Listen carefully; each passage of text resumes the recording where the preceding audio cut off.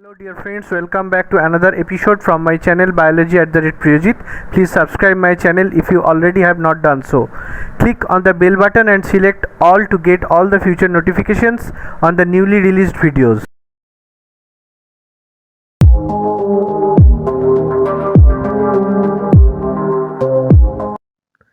In this video, we will focus on amino acid metabolism. Amino acids derived largely from protein in our diet or from degradation of intracellular proteins are the final class of biomolecules whose oxidation makes a significant contribution to the generation of our metabolic energy.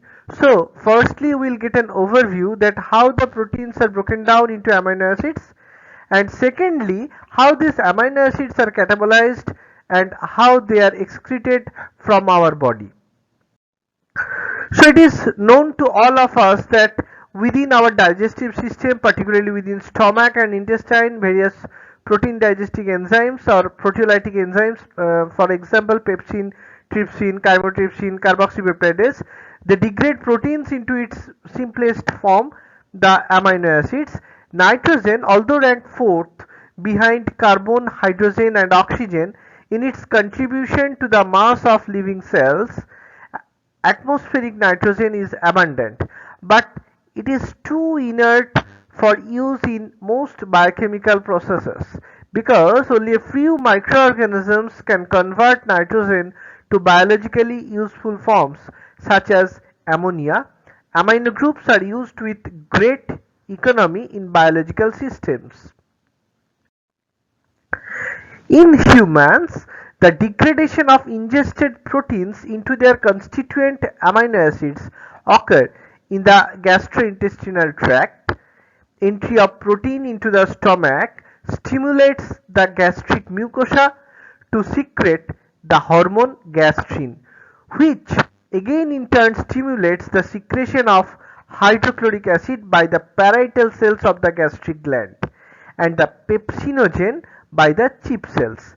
The acidity of gastric juice, which is near about the pH of which is nearly 1.5 to 2.5, acts as an antiseptic and it kills most bacteria and other foreign cells. Globular proteins denature at low pH, rendering their internal peptide bonds more accessible to enzymatic hydrolysis. Amino acids are absorbed in intestinal epithelial cells and then it moves into the bloodstream, which is actually used in the formation of muscle proteins and other aspects. But in this video, our focus is how protein breakdown occurs at the molecular level. How protein breakdown occurs at molecular level, we will discuss it. Proteins firstly primarily broken down into amino acid, which is the basic constituent of the protein. The amino group of the 20 amino acids commonly found in proteins are removed during the oxidative degradation of amino acids. If not reused for synthesis of new amino acids or other nitrogenous products, these amino groups are channeled into a single excretory end product. Many aquatic organisms simply release ammonia as NH4 plus into the surrounding medium. Most terrestrial vertebrates firstly convert the ammonia into urea, such as human or other mammals and adult amphibians, or some of the animals convert uric acid. They excrete uric acid, such as birds and reptiles.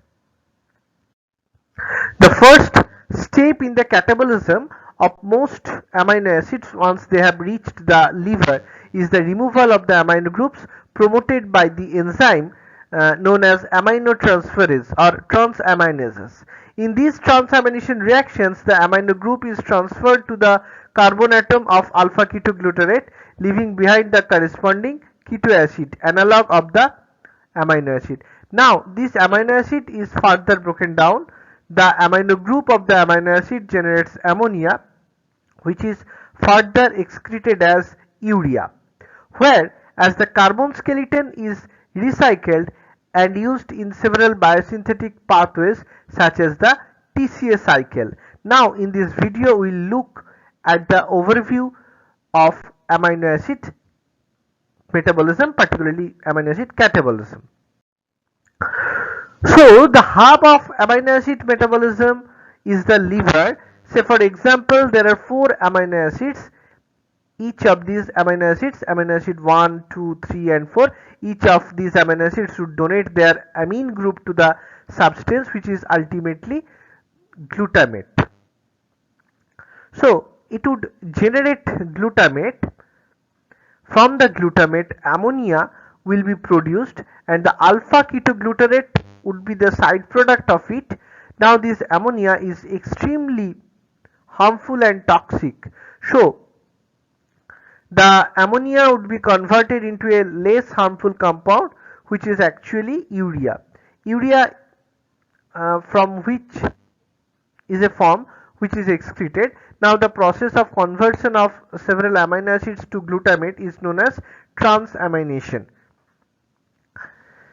where these amino acids donate their amine group to glutamate. Now from the glutamate, the process of generation of ammonia is called as deamination, and finally lastly the urea cycle generates urea from ammonia. So this is the overall workflow of amino acid catabolism. So let's look into the process in a bit more detail. Cells contain different types of aminotransferases. Many are specific for ketoglutarate as the amino group acceptor, but differ in their specificity for amino acid. So the first step is nothing but the breaking down of amino acids into glutamate or funneling into glutamate, and happens within the liver hepatocytes. So in the liver hepatocyte, any amino group gets converted into keto acid. This process is known as transamination, or this is just a process of amino group transfer. So the amino group is transferred to the what moiety?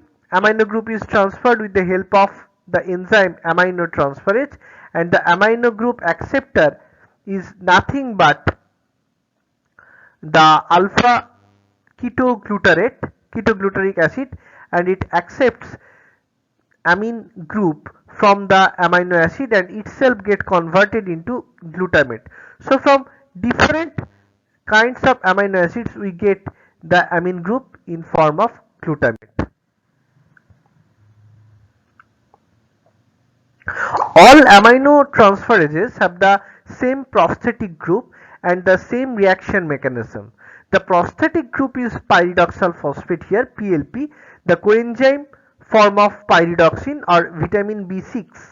The enzyme aminotransferase plays an important role in the transamination, and the key prosthetic group here is the pyridoxal phosphate. So this PLP is very crucial for the functionality of the aminotransferase. Now let's take about the next step. Now we have the glutamate, and the amino group is released from the glutamate with the help of glutamate dehydrogenase enzyme. This glutamate dehydrogenase enzyme converts glutamate into alpha aminoglutarate intermediate, from which alpha ketoglutarate acid is formed, and ultimately the ammonia is released. But the problem is the ammonia is highly toxic and it is highly soluble in blood, but it is not excreted in proper method. So it will generate huge problem in our body. It can generate toxicity also in the brain. So this ammonia has to be processed in some way which is less harmful, and it would be excreted. The excretion format here is known as urea, and this biochemical pathway is known as urea cycle. This pathway of urea cycle was discovered in 1932 by Hans Krebs, who later also discovered the citric acid cycle, and a medical student associate of him, Kurt Henslett, show amino acids get converted to urea by the process of urea cycle. The urea cycle takes part in liver especially in the liver hepatocyte. Inside the liver hepatocyte, a portion of the urea cycle takes place in the mitochondria and the other portion takes place in the cytoplasm. So in the mitochondria we have a quite lot of ammonia which was derived from glutamate by glutamate dehydrogenase, and this reaction is known as deamination. Now from ammonia, carbamyl phosphate will be generated by the help of the enzyme carbamyl phosphate synthetase. This process, as the name suggests, need ATP to trigger this process. The ATP is utilized to generate the carbamyl phosphate. Carbamyl phosphate is the first product of the urea cycle. Carbamyl phosphate combines with another amino acid ornithine, which is already present in the liver mitochondria. But both of them gets combined to form the citrulline, and via several intermediates such as aspartate, argininosuccinate, arginine, it generates the ornithine, which is ready for another round of the urea cycle. The key step of this process is the conversion of arginine into ornithine. When arginine gets converted into ornithine, the ornithine is regenerated and at the same time urea is released. So urea is excreted in this way. The citric acid and urea cycle can be linked because the fumarate produced in the arginino succinase reaction is also an intermediate of the citric acid cycle. The cycles are in principle are interconnected in a process dubbed the Krebs bicycle. People with genetic defects in any enzyme involved in the urea formation cannot tolerate protein-rich diet. I hope you have enjoyed this video. Thank you, and I will see you in the next video.